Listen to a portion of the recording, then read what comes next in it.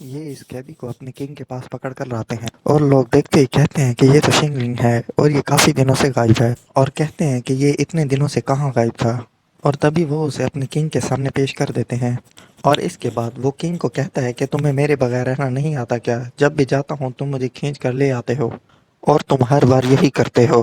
تبھی ایک اور آدمی اس کے پاس آتا ہے اور اس کا منہ بند کر کے کہتا ہے کہ تم اپنے منہ کو بند ہی رکھو، اور وہاں پر موجود سبھی لوگ اس کو دیکھ رہے تھے۔ تبھی وہاں کا کنگ اچانک سے تلوار نکالتا ہے اور اس کے سامنے کر دیتا ہے، اور یہ آدمی اس کنگ کی تلوار کو دیکھ کر ذرا سا بھی نہیں گھبراتا اور پھر اپنے دانتوں کے ذریعے اس تلوار کو پکڑ لیتا ہے، اور پھر وہ اس بادشاہ کو کہتا ہے کہ تم رک کیوں گئے؟ اور پھر بادشاہ کا ساتھی اسے کہتا ہے کہ سبھی ہمارے گھر والے ہماری طرف ہی دیکھ رہے ہیں، آپ اس کو اس طرح ابھی نہیں مار سکتے۔ اور پھر اس کے بعد وہ بادشاہ غصے کے اندر تلوار کو نیچے پھینکتا ہے، اور پھر وہ قیدی آدمی اپنی دانتوں کے ذریعے اس تلوار کو اٹھاتا ہے اور دوبارہ سے اس بادشاہ کو دیتا ہے اور کہتا ہے کہ مجھے مار دو۔ تبھی بادشاہ غصے میں کہتا ہے کہ اس کو قید میں ڈال دو، اور پھر وہ اس کے منہ کے اندر سے زور سے تلوار نکال دیتا ہے۔ تبھی وہ قیدی آدمی بادشاہ کے آدمی کو کہتا ہے کہ مار ڈال مجھے، ورنہ میں تیرے پورے ہی خاندان کو تیری آنکھوں کے سامنے مار ڈالوں گا۔ تبھی وہ اسے کہتا ہے کہ تیرا باپ، تیری ماں،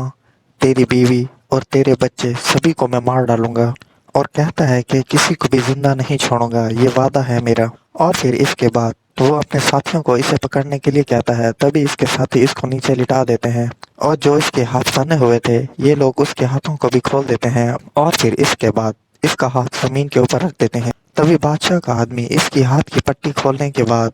اسے کہتا ہے کہ تم اپنی ہاتھ پار کر چکے ہو، لیکن تبھی وہ تلوار اس کے ہاتھ کے اوپر رکھ دیتا ہے، اور پھر اچانک سے وہ تلوار اس کے ہاتھ کے اندر ہی گھسا دیتا ہے، جس سے اس آدمی کا ہاتھ وہیں پر ناکارہ ہو جاتا ہے، اور پھر اس کے بعد اسے قید میں ڈال دیا جاتا ہے۔